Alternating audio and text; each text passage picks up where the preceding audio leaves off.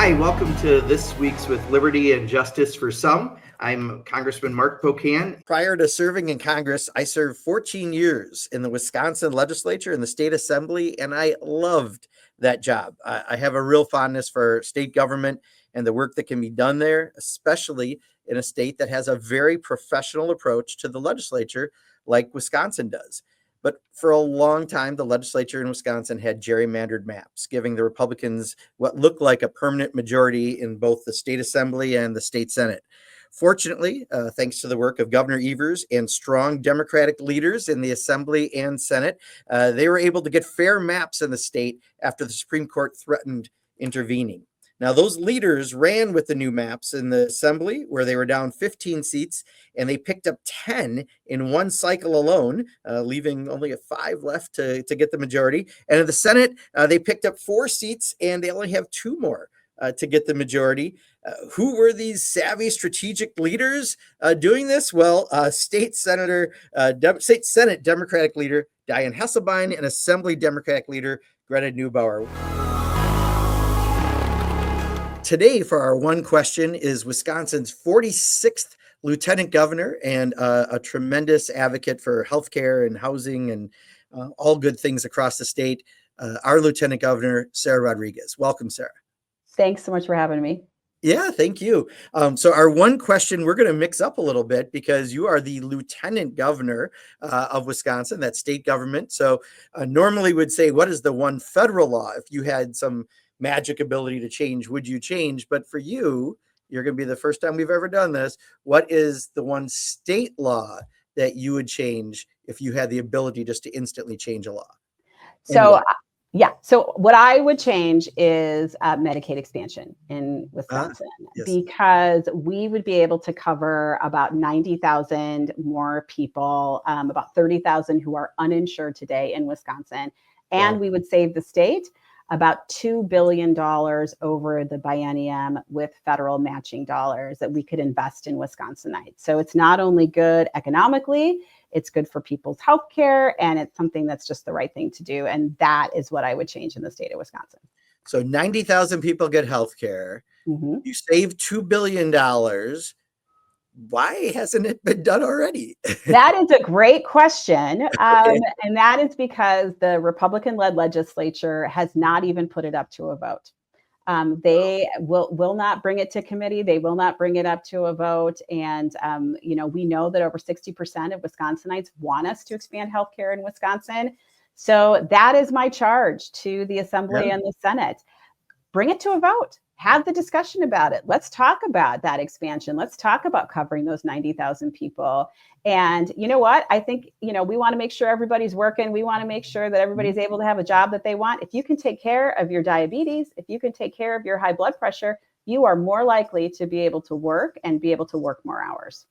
I don't know why Republicans at the federal level are cutting Medicaid here. They won't expand Medicaid. I don't know what it is they hate about it, but I'm glad that you're a strong advocate for it. Thanks for being with us today. So this is our first 2-person guest podcast, right? So you guys are my guinea pigs on how we're going to do this. I'll try to say a name before when I say a question, and I'll move it back and forth. But I think it's going to be great because, as you both know, because I've said it many, many times, I think my favorite job I ever had was in the legislature, right? Mm-hmm. The best friends, the work we got done. I loved everything about it. And you guys have been 2 of the most impressive leaders that I've seen there. And I've been watching this now for, I have to admit, decades. I guess I'm getting up there. I'm not quite, where some of my colleagues in the Congress are, but I'm getting up there. And let me just start, Dianne, with you. Can you just let listeners know a little bit about your background, the district you serve, and we'll start with the Senate, and then we'll go over to Greta. Sure. Well, I was first elected to the school board in the Middleton area, and I served there from 2005 to 2008. I then ran for Dane County Board. I took out a 16-year incumbent by knocking on every door 3 times. And, in the winter, it was over 100 inches of snow that year. Served on the Dane County Board. I know. You remember things like that. Yes. It's tough to run in the wintertime. Then I ran for state assembly in 2012, and I served there. And then just recently ran for the state senate when John Erpenbach decided he was going to retire. Yeah. So And you're now the Democratic leader. yeah, and I'm the Democratic leader. So that's Yeah. what got me here, and it's been a lot of fun. And Mark, just want to say I'm super grateful that you are my congressman. I know people in Thank the you. state Senate often want to adopt you if they live in Republican districts. They do adopt you. And when they're like, can Mark just come back and tell us what's happening? So thank you for kind of adopting the entire state so we can hear the truth of what's happening in Washington. I really appreciate that you let us know. Thank you. I know I spend probably a little more time in the western part of the state just because one of my colleagues there, Derek Van Orden, is maybe not the well, let's just say the sharpest crayon in the box. But I appreciate those words. Thank you very much. Greta, tell us about your background before you became the leader in the assembly. Sure. So I grew up around politics. My parents actually met in the state capitol where I work now. And so we did talk about politics quite a bit around the dinner table, and I grew up knocking on doors for candidates. My first election I was really involved in was Obama in 2008. I went down to Iowa, almost, lost my fingers and toes in the cold, and was very inspired by that campaign. And that really was what got me into politics. While I was in college, I did work in the youth climate movement. I saw how we needed to have people inside and outside of Capitol buildings, putting pressure on our elected officials, supporting them to do the right thing. And so worked with young people across the country as a student and for a few years after.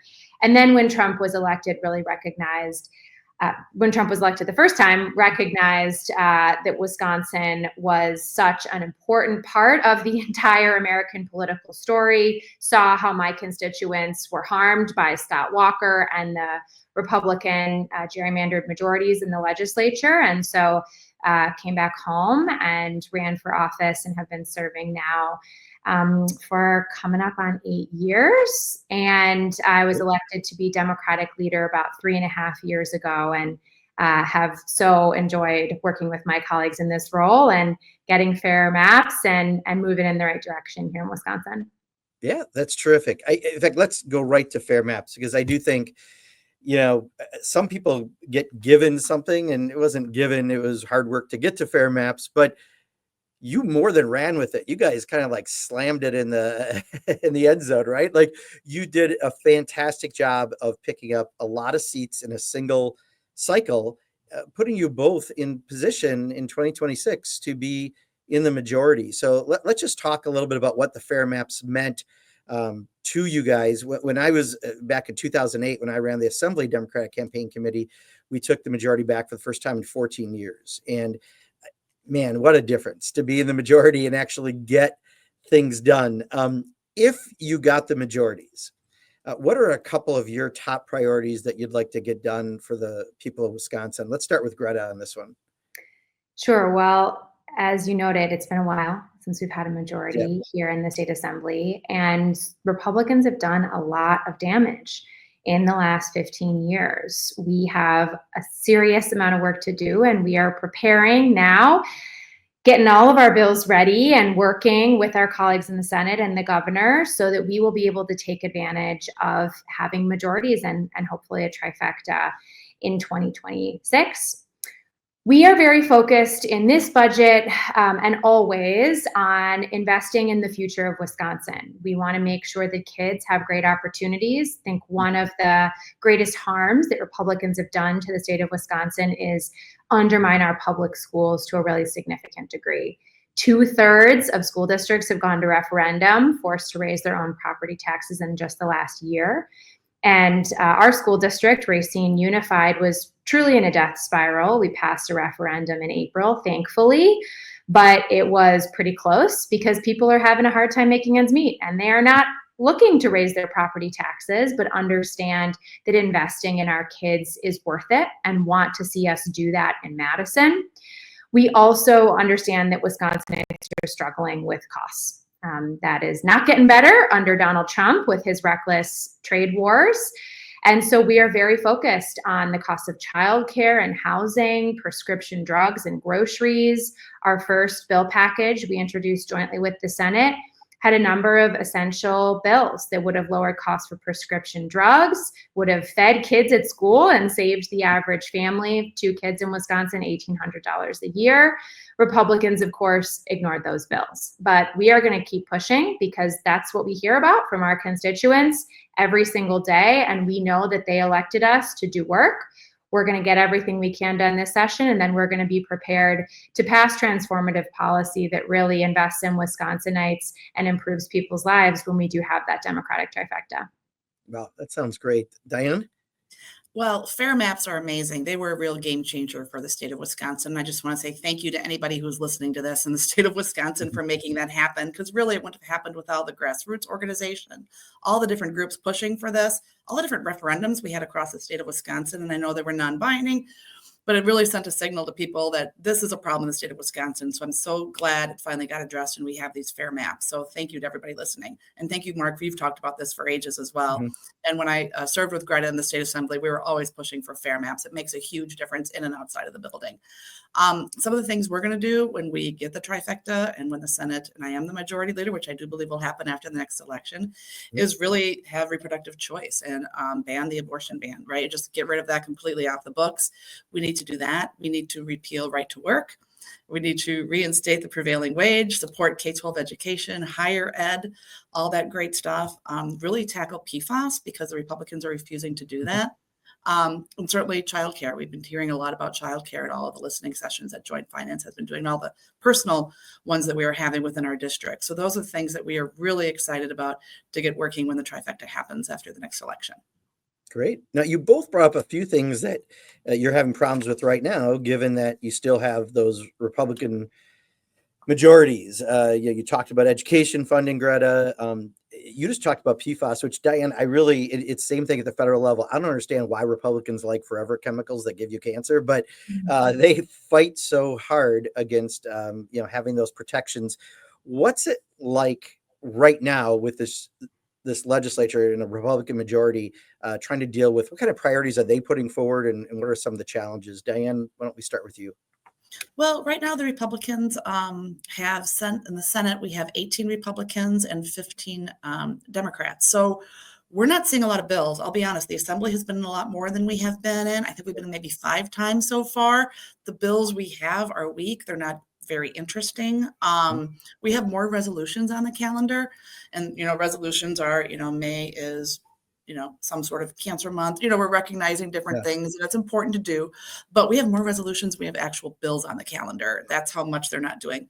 And I think the majority leader, Devin LeMahieu, is having a hard time getting 17 votes to do anything.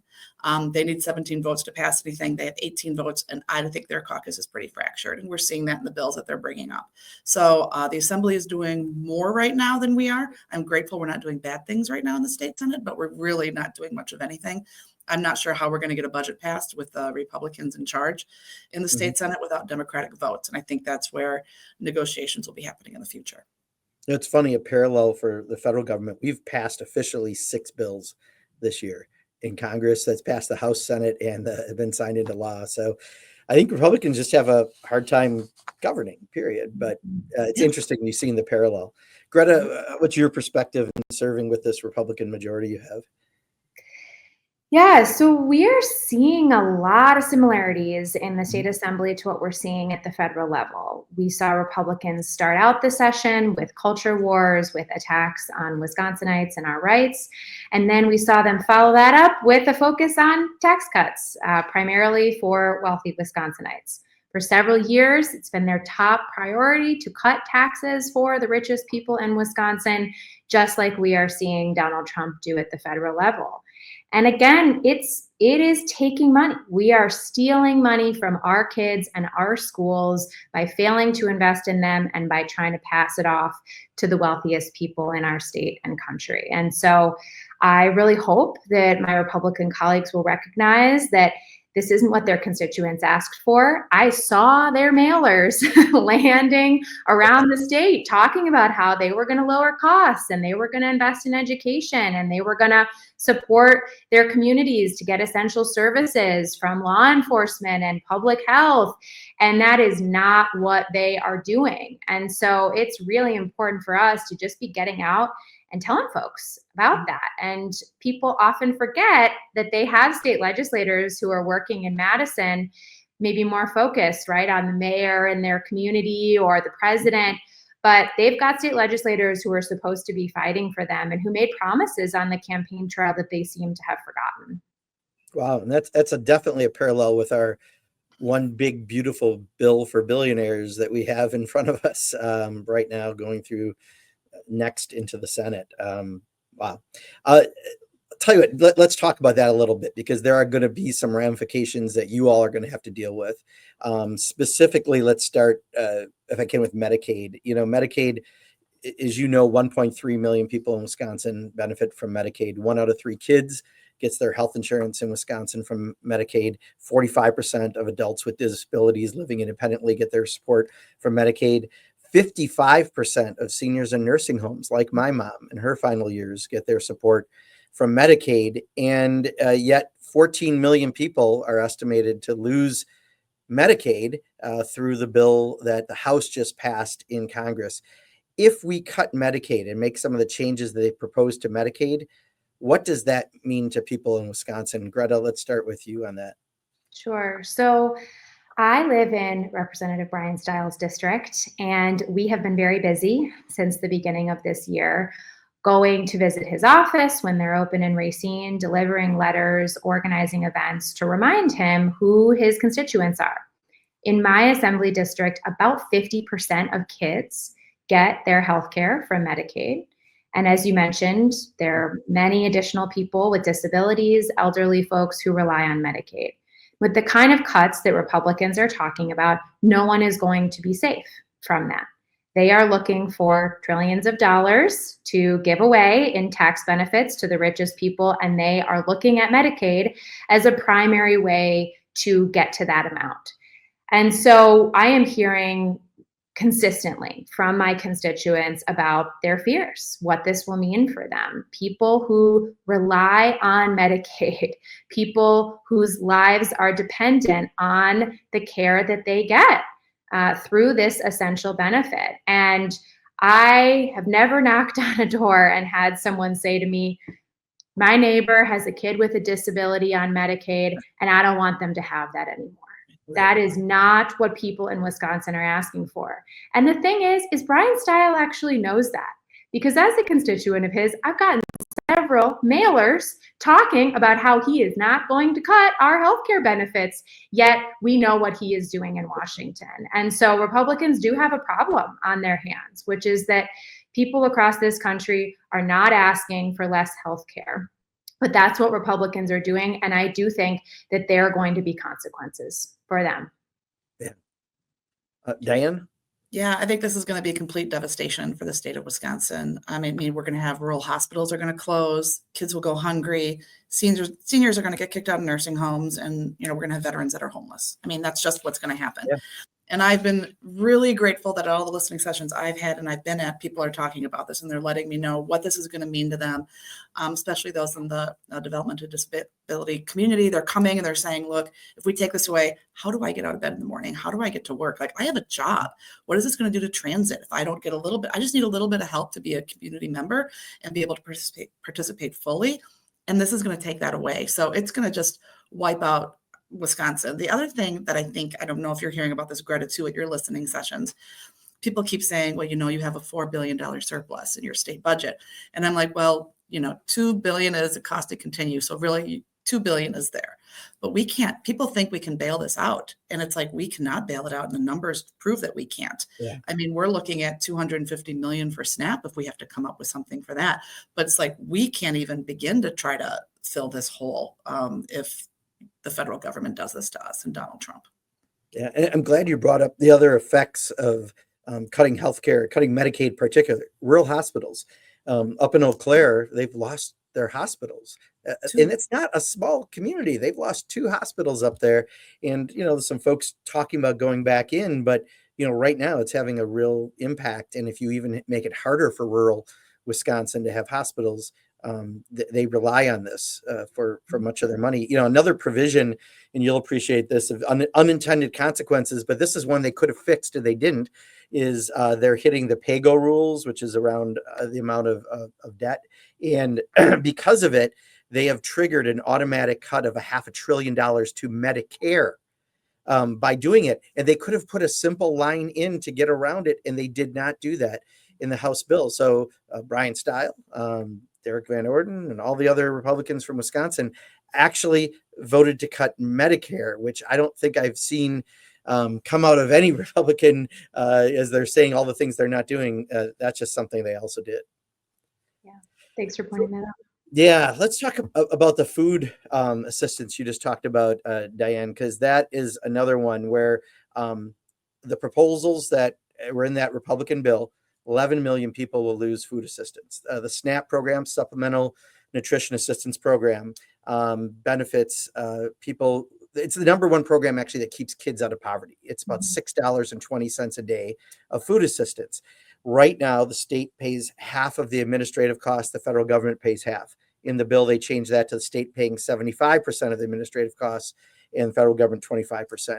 Wisconsin, because we are the great state we are, has one of the lowest error rates in the country. And they changed how they address error rates and lowered the error rate to you can't even have zero, not even a penny, and you get penalized. And Derek Van Orden said he fixed that, by the way. If he meant by fixed, like you fix a dog, maybe, I don't know, but he did not fix this problem. He now, likely, the state, to keep the amount of food share going, will have to pick up 15% of that cost, which is why I think you mentioned, I think the estimates actually can go up to as high as $258 million, right, for the state of Wisconsin because of these measures. What's going to happen to food assistance in Wisconsin, and what will the Republican majority do given their lack of action in other areas? Dianne, can you start with this?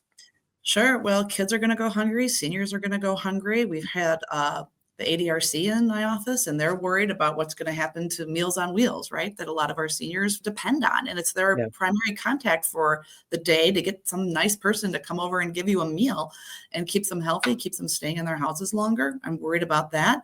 We have a lot of kids that are hungry. And I know we have schools all over the place that supply kids with meals over the weekends. And they put food in their backpacks and they just take some food home. Yeah. That's extremely important. So I'm really worried about what's going to happen to in the community I represent way forward. I know, Mark, I think you did something great with Verona, Badger Needs Network. Badger Prairie Needs Network. Yeah. Thank you for that, because I know they're, saying thank you so much to you for being involved and helping them keep going. But these are things that we're not sure what's going to happen and what can the public do to try to save these people. Yeah. Greta? Yeah, I mean, kids will go hungry. Kids will go hungry, and they will not have the nutritionally dense foods that they need to be well. They will be eating cheaper food, and that will have real health impacts on them probably for the rest of their lives. So it really is a stunning moment. I believe the Big Ugly Bill is the largest transfer of wealth in American history if it passes in its current form. And it's just wrong. We should not be in a wealthy country, in a developed country, seeing kids go hungry. And Republicans are literally taking food from children to give bigger tax breaks to the wealthiest people in this country. And it is just wrong. It's important to note too, the average person, the person who's getting SNAP benefit gets about $6.20 a day in assistance. Elon Musk gets $8 million a day in federal contracts, just to show you the stark contrast. Let's take it back to the legislative budget, because I know that was mentioned earlier. And, this is a process I'm very familiar with from being on the Joint Committee on Finance. Again, I love the time doing that. But it looks like it's running a little late. Looks like Republicans are having a little bit of a problem. Can you tell us a little more about this? Because for most folks, I think this is one of the most significant things that happens with their state government. So Greta, why don't we start with you? Sure. So I served on the Joint Finance Committee for a short time as well, Mark. And when I was there, the budget sort of moved right along, right? We were at a steady clip, and we are seeing Republicans struggle to reach alignment on key policy priorities this year. As Dianne mentioned, they've got closer numbers. They've got dissension in the caucuses, again, much like Washington. And so the budget is behind. They have been moving pretty slowly in the Joint Finance Committee, and we all know that if we don't pass a budget by July 1st, there are real consequences. Our school districts struggle to plan for future years, as do local governments. There are one-time funds, program funds that are essential in many areas. I was meeting with a local hotel the other day that told me if the tourism dollars are cut off, they're going to have an extremely difficult time. And of course, tourism is an important industry across the state of Wisconsin. But at every single sector, there are examples of the impacts, really significant impacts that we will have if we don't pass a budget or don't pass one on time. I hope, again, that our Republican colleagues will remember what they heard about on the campaign trail: investing in education, lowering costs for working families, making sure our childcare industry doesn't go off a cliff as money that Governor Evers allocated runs out soon. But we are not seeing a real sense of urgency from our Republican colleagues. We are seeing them drag their feet and make excuses and say that it's not going to be that big of a deal if we don't pass a state budget. And so we're just doing everything we can to keep the pressure on, going into Republican districts, reminding those constituents that their representative can do something about funding their schools rather than just asking them to raise their taxes with referendum after referendum. And we're going to be staying focused on getting this budget done and making sure that it really meets Wisconsinites' needs, while keeping a little bit of breathing room in case we do have to try in some way to fill some gaps that the federal government is going to leave. Yeah, and that is going to happen. I mean, even though the Senate, the bill that they originally were working on was about 2% of the cuts of the House, there are people like Ron Johnson from Wisconsin saying the House didn't go far enough with the cuts that they have. So, whether it be the food assistance benefit, push to the states, whether it be the healthcare dollars that you're not going to get because of the cuts, that's also going to be out there. Dianne, how about your perspective? Yeah, it's been over 100 days since Governor Evers introduced his budget. And of course, we sit down, we're there in the assembly chambers. Here's this, pomp and circumstance. He talks about the priorities that he put in his budget. And the Republicans ran to their press conference, and Howard Marklein said, "We're throwing the whole thing out." And then, they have, first thing he said, I was like, what? Like, we haven't even got it yet. Like, we don't even have the physical copy to go through. And then they had these, Joint Finance had 4 meetings all across the state, having listening sessions where people would wait for 8 to 10 hours for 2 minutes just to say something on the governor's budget, even though the Republicans were going to throw it out anyway. So nobody there said they wanted tax cuts for the wealthy. Nobody said that they thought that was a good idea. It was all about the priorities, which is, of course, childcare, K-12 education, higher education, mental health, supporting the university system, assistance to farmers, et cetera, all those things that people believe in. But then just a few weeks ago, the Republicans did just that. They stripped everything out, over 600 things out of the budget. Wow. They're going back to base budget. And it was like those 600 things the people of the state of Wisconsin really want done.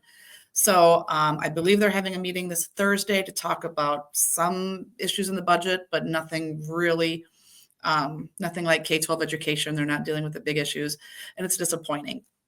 I think the Senate Republicans have a problem trying to figure out how they will pass a budget with 17 votes that the governor would be able to sign. And I think that's something that they're struggling with right now. I have told Devin LeMahieu and I've told Mary Falkowski, the Senate president, that my door is open. I'd like to be part of this process so that we can try to craft a budget together. So far, they're not taking me up on that, but that's something that I've been saying very publicly for a very long time. We need to work for the people of the state of Wisconsin, and the Republicans should try to work with us, not just their Republican caucus members, especially those that really like the word no, and who are really trying to craft something that might look more like a federal budget, which is cutting and slashing things that people in Wisconsin care about. Yeah. Now, and Howard Marklein is my state senator where I live. And, I lost you. I know. I'm sorry. It was great having you as senator. But fairer maps are better They are. at the end of the day. So we'll just make sure that Howard figures out the budget stuff, or else, specifically, if they throw out all those measures and start at a base budget, this should be an easy process for them, right? If they couldn't accept what the governor put forward, then they must have their own ideas to put forward. They can't even do that right now.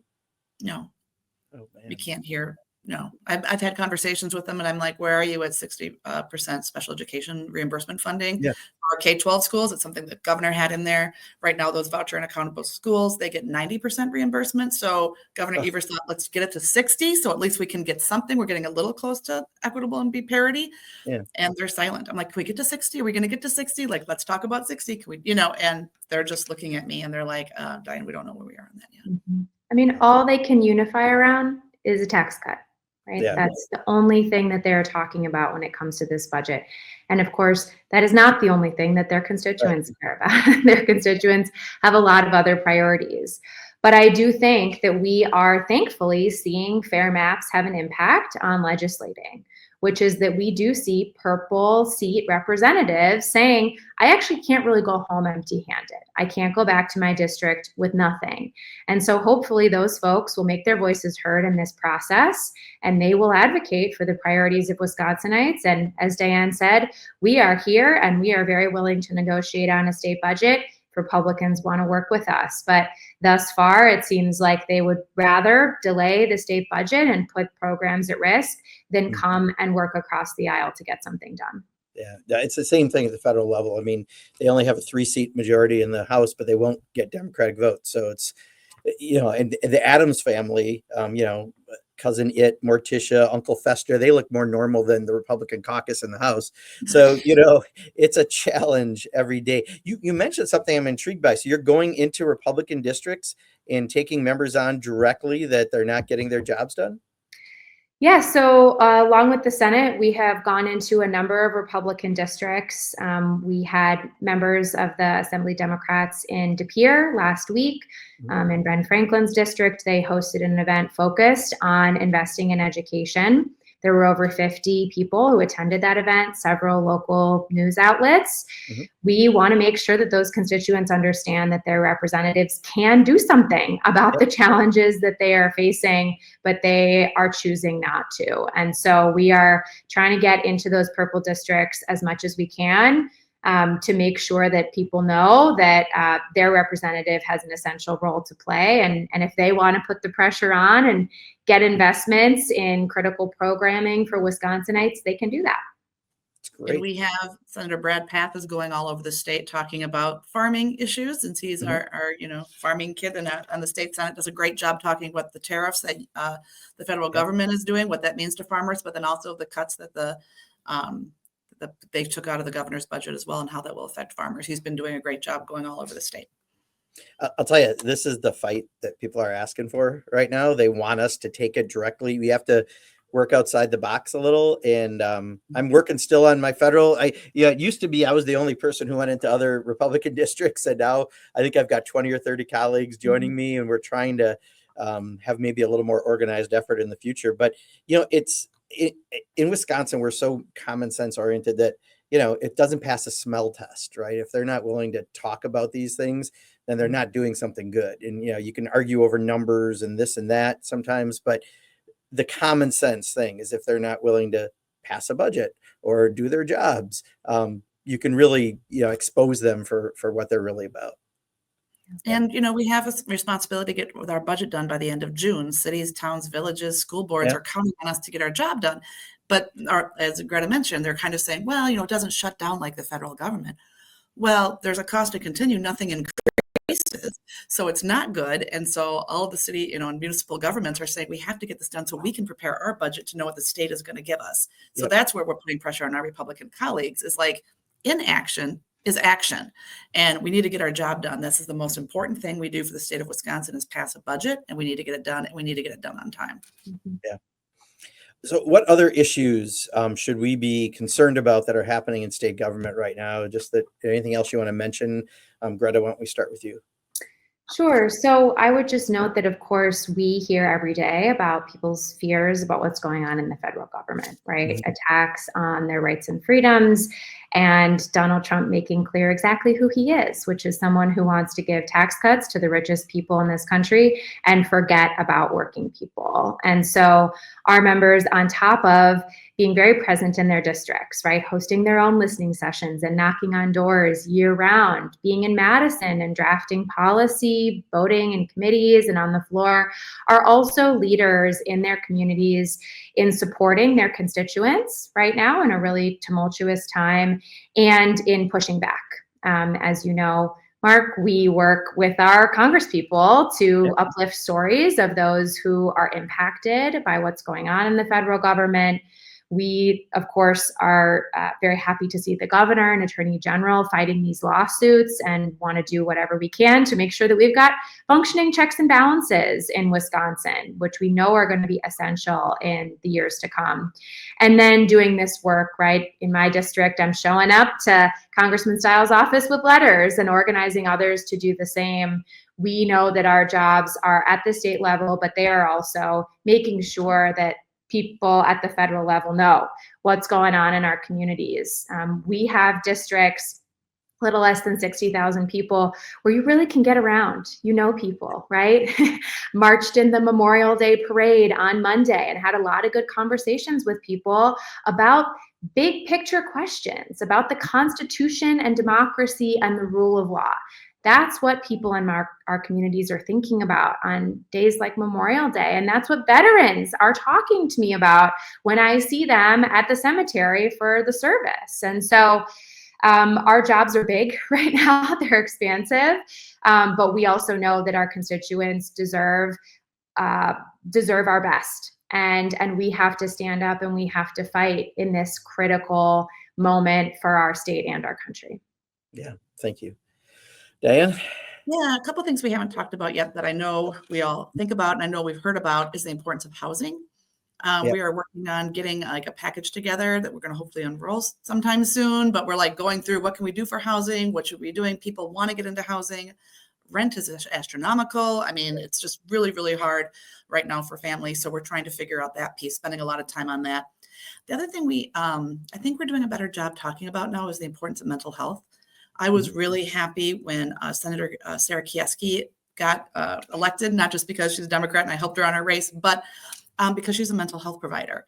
And she's really opening up doors on both sides of the caucus, talking to Republicans and Democrats about the importance of mental health and what we can do to open up that, and not just for K-12, which I think we've been pushing for the last few years, but higher ed, adults, those people in nursing homes, how to keep them active, all those things. So I think those are two things that we haven't talked about on this podcast yet, but I know I'm hearing about. One more I'm going to say, June coming up soon is Dairy Month. So we're going to be unveiling an entire agricultural package for our farmers. Be prepared for that. But those are some of the fun things that we've been working on as well. Great. You give us so much hope of what we can do with the right people who care about folks rather than just cutting taxes. And they realize there's other issues that their state government has to provide. I think you guys have laid out an excellent roadmap for the future. And I'm just so glad that you're doing the fight that you're doing as well, because that's what we absolutely have to do. Let's end on as a little bit more fun if we can, because there's so many serious subjects. I want to ask each of you, and I guess we'll start with Dianne, so I'll give her a little heads up on this. I want you to share something about yourself that likely no one else might know. Something that, and I know you guys, so like, you gotta make sure I'm surprised by this as well. So share something that people don't know about Dianne Hesselbein. Dianne? All right. So a lot of people watch like Netflix or Paramount and they like binge on these shows. I have a hard time doing that because I don't sit still. So I don't sit still. Instead, I admit, Turner Classic Movies. Anytime, any day, any night. I was watching like Richard Burton last night. There's some black and white going on. Yeah. So I think it's just the calm of it.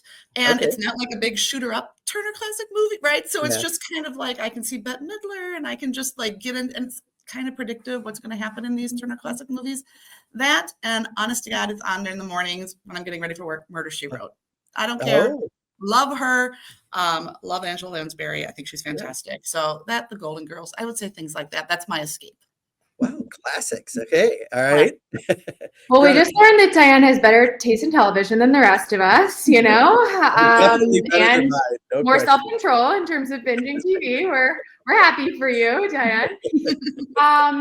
I guess if we're sort of on the theme of our fun things that we do to not think about work, I love to sort of do crafts and arts and crafts. And there's a great place in Racine called Worcester Art Museum where I grew up, and I was like a fiend. I was always at Worcester Art Museum taking every single class. And recently I have realized that I need a little bit of that energy back in my life. So this winter I did a stained glass class. Wow. And it was amazing. And I will not be sharing any of my works publicly, but I did love it. And I just would go in on a Saturday afternoon after the Supreme Court election was done and just make some stained glass and not think about politics. So that is a little thing about me. I think I see. What's yours? I think I see a arts and crafts fundraiser, maybe with an auctioned off piece of stained glass, and I think I see a movie festival fundraiser in the future. So this is great. All right. Last thing, just because we're at the towards the end here. Anything else you want to add first? I should ask that. Is there anything else that we didn't cover that you really would like to make sure people know about? I would just say keep letting us know what you want. What do you want to be in this budget? Contact the joint finance members, contact Greta and I, let us know what priorities you have as we move forward with this budget, because we really do want to reflect the will of the people. Great. And Greta? And I'll just note that it's a difficult moment in this country, but we also have some real hope in Wisconsin. We have an opportunity for a Democratic trifecta next year and for things to really be different here. And so I know that the fight has been long. People have been doing the work and not necessarily seeing their lives change because we have had this Republican gerrymander for so many years. But we do have real opportunities here to invest in our schools, to have a clean and sustainable environment, to make these safe and welcoming communities across our state and allow everybody have a little extra breathing room in their budget, save for retirement. These are real and possible things in the state of Wisconsin, and we are so close to getting there. And so I hope that folks will stay engaged and remain hopeful that we can have a different Wisconsin that our kids want to live and stay in the near future. Yeah, I don't know if you're experiencing what we are. We hit record numbers of calls this year. At first, it was 300 a day in our Madison office. Then I found a couple of weeks later, we were up to 500 calls a day in the office. And people are definitely following. And I was in Howard Markline's district yesterday in Dodgeville in Iowa County doing a town hall. And I think we had about 2 to probably more like 3 times the normal amount of people that show up for a town hall. So without question, as you both said, people are watching and they care. And that's great. So how can people follow the work that you are doing or the Senate Dems, Assembly Dems are doing? Why don't we start with you, Greta? Just share any of your social media that you'd like for people to be able to follow you or to follow Democrats in general. Yeah, so I am at Rep Greta on basically everything. We're on Blue Sky now. We're everywhere. And we really try to keep folks posted, of course, on what's going on in our district, but also here in Madison. And then the Assembly Dems Wisconsin, again, on every platform. We have 23 new members this year, which I hadn't mentioned yet. A majority of our caucus is new. They bring incredible energy. They represent some districts that we haven't in quite a while, thanks to the fair maps and their hard work. And so they're fantastic folks doing great work, as are our returning members. You can see highlights from all of them at Assembly Dems Wisconsin. Awesome.